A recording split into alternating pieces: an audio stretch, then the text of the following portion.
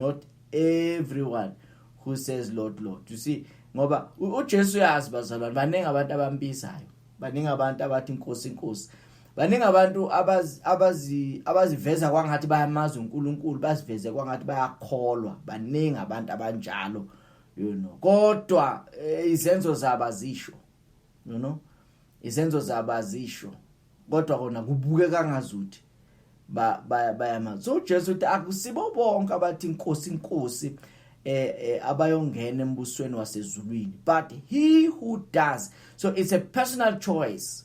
He who does, he who does the will of my Father in heaven, So uJesu bazalwane uthi hayi akanyakaziswa abantu bemmemeza, akanyakaziswa abantu bekhala kuye ngoba abanye abayenzi intando kaNkulunkulu.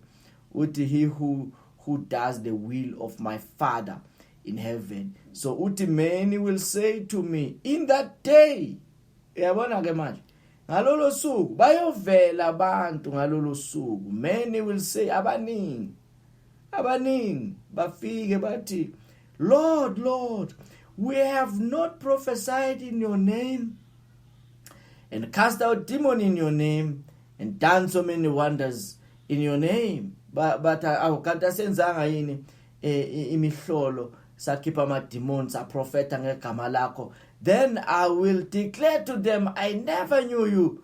Depart from me, you who practice lawlessness. Kusho ukuthi bazalwane, labantu they practice lawlessness, but in the process they are calling the name of the Lord. Uyabona inkinga?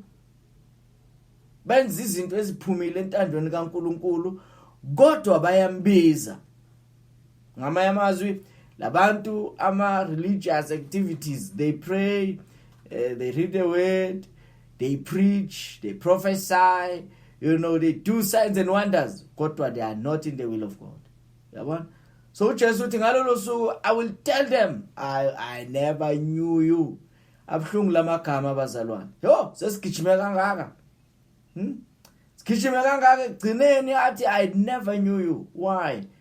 Because azange simamkele ukuthi senze intando yakhe. Zange sivume ukuthi inkosi ngoba intando yami, So lamazwi abalekile bazalwane, serious kabi lamazwi siwafunda la. So uJesu usho njalo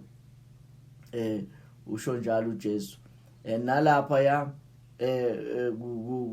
Matthew chapter 12 verse number 46 to 50, 48 to 50. But he answered and said to the one who told him, who is my mother and who is my father and my brother? And he stretched out his hand towards his disciple and said, here are my mother and my brothers, for whoever does the will of my Father in heaven is my brother and my sister and my mother. So ngamanye amazwi bazalwane, ukwenza intando kaNkulunkulu kuyasifaka ukuthi sibe part of God's family.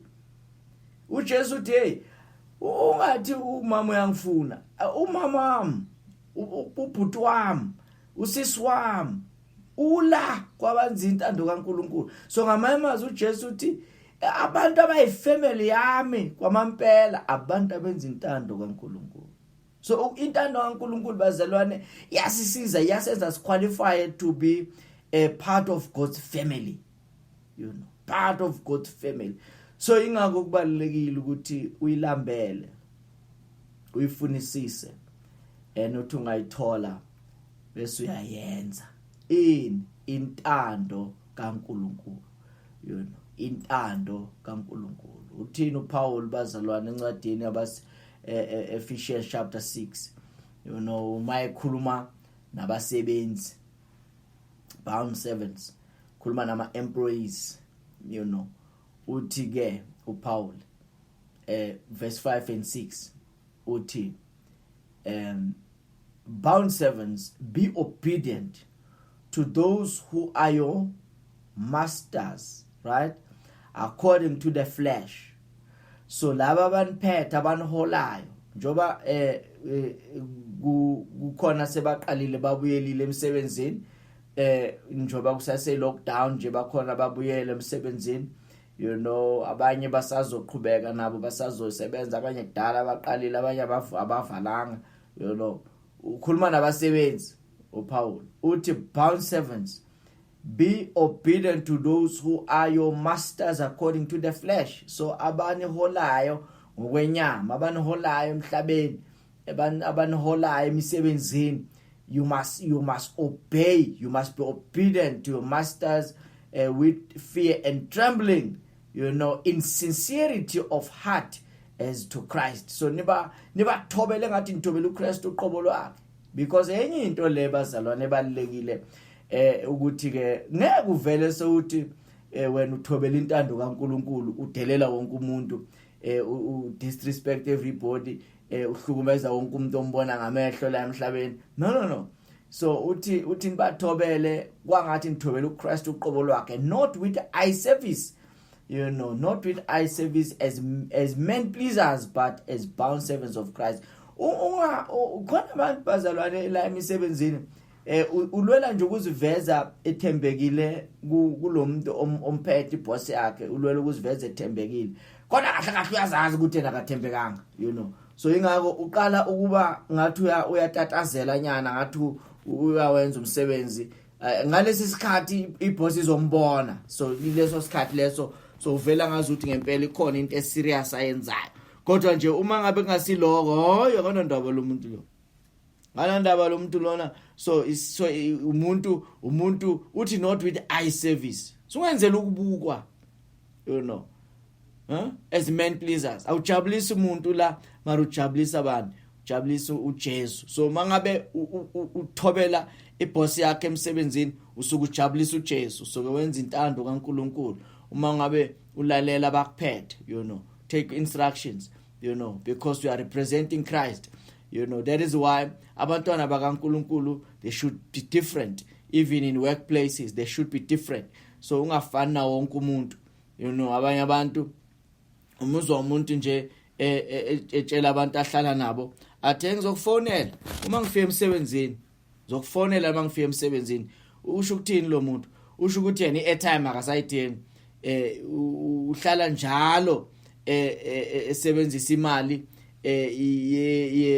i-airtime yomsebenzi, and lapha akaqashelwanga ukufonela ihlobo zakhe, kodwa because akazi ukuthi njobe lapho represent uKristu, so manje uphila noma kanjani. So he's using ama resources asemsebenzini for his personal gain, you know. You are not faithful mawenza kanjalo, you are not faithful. So ke uthiwa as bound, because you are representing Christ in your workplace, you are representing Christ. So your faithfulness should be like your priority lapha emsebenzini, you know. And futhi bazalwane, you know, ezinye izinto even omunye unikezwe imoto emsebenzi, imoto leno uyibona ngendlela idriver ngayo ukuthi akanandaba, you know, shama hump, shama robot, yonke lento lena wenza noma yini ngayo, because uyazi ukuthi mayifile uzoyithatha ibuyisela athe iphukile imoto ngoba ayiphumi imali esikhwameni sakhe, you know. But you are not being faithful, you are not representing Christ ngendlela right, because ufanele inkambo yabantwana bakaNkuluNkulu in workplaces ibonakale bazalwane, kubonakala ukuthi lo muntu lona, you know, uyakholwa, lo muntu lo umntwana kaNkuluNkulu, lo muntu lo usindisiwe ngempela. Kubonakala nini? Kubonakala ngesikhathi ebhizi emsebenzini, akubonakala ngamavesi amaningi awakhuluma emsebenzini. Uma uqashiwe bazalwane la uqashwe khona, usuke ungaqashelwanga ukushumayela, uqashelwe ini? Ukusebenza. So into ezoveza uNkulunkulu in workplace akukona ukushumayela kakhulu ngesikhathi somsebenzi, but ukusebenza kakhulu ngesikhathi somsebenzi. Lokho kukunikeza ifavor even kubantu abaholayo, you know. So ukuthi uPaul not with eye service as men pleasers, but as bound servant of Christ, doing the will of God from the heart, you know. So it is the will of God for a servant to be obedient to the master. So you are doing the will of God from the heart, you know, with good will, doing service, you know, and as to the Lord. So usebenza ngathi usebenzela uKristu and not to men. So you are not doing it for men as much as you are taking instructions from men, but you're actually doing the will of God. So knowing that whatever good anyone does, he will receive the same from the Lord, whether he is a slave or free. So wazi ukuthi noma yini oyenzayo uyothola umvuzo enkosini ngayo, whether uyi-boss noma uyi-employee. See, so ngikhumbula le ndoda e-Centurion bazalwane ethi ngiphethwe futhi nami ngiphethe. You see, uthi to those I'm in charge of, I say come, he comes. I say go, he goes. So my servants take instruction from me. So now you must take instructions because you are representing Christ. That is protocol bazalwane, that is order. He order leyo egameni lenkosi. Kunima izinto bazalwane ezokusiza ukuthi uma uNkulunkulu ekuvulela iminyango, akusebenzise udumo lubuyele kuye. Khona iminyango uNkulunkulu ayivulile, khona iminyango asazoyivula bazalwane, ayivulela abantu abathembekile, abantu abazorepresent uNkulunkulu kahle. That is why simbonga uNkulunkulu bazalwane South Africa ukuthi in one of the top offices, in the country bazalwane, so we have the honorable Chief Justice, who is a believer, who is a child of God and is uncompromising bazalwane. Uyayimela into kaNkulunkulu. What a privilege. Yes bazalwane, every time uma ngibona lo baba, I'm encouraged, I'm challenged at the very same time, because he's not ashamed. Usho njalo Paul, I'm not ashamed of the gospel. He's not ashamed. Into kaNkulunkulu uyayimela. Even noma abantu abamsurroundile bebona ngazuthi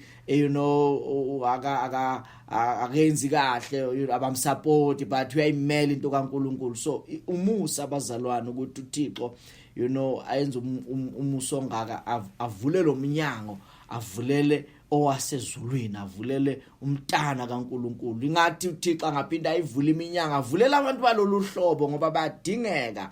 Esikhathini esikuso badingeka abantu abayorepresent uNkulunkulu ngendlela eright.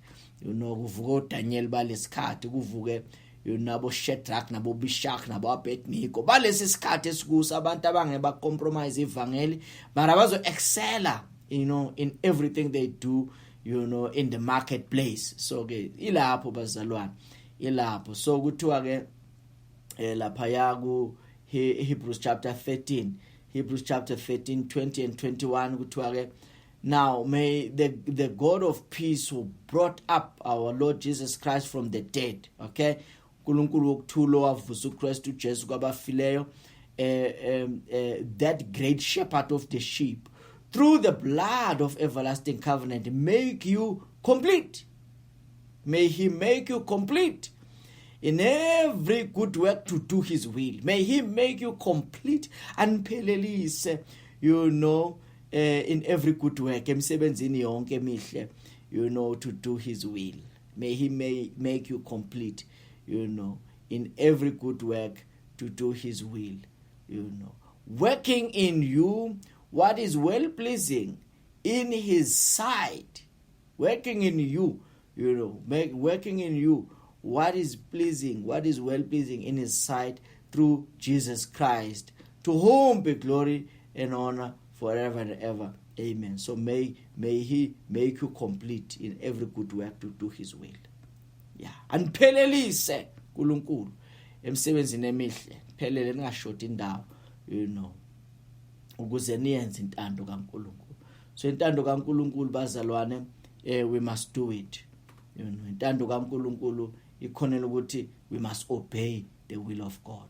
We must obey the will of God. Siyenze, singayikhulumi kuphela. Singabe abantu bathi wande ngomlomo, khuluma kakhulu amavesi uyawazi wonke, but i-lifestyle yakhe ayisho ukuthi amazi uNkulunkulu. Kuthiwa lapha ya ku-James chapter 4, mhlambe sicala ku-verse number 13 size sifike ku-15. Kuthiwa, come now, you who say today or tomorrow we will go to such and such a city, spend a year there, buy and sell, make a profit, whereas you do not know what will happen tomorrow. For what is your life? Is it even a vapor that appears for a little time, and then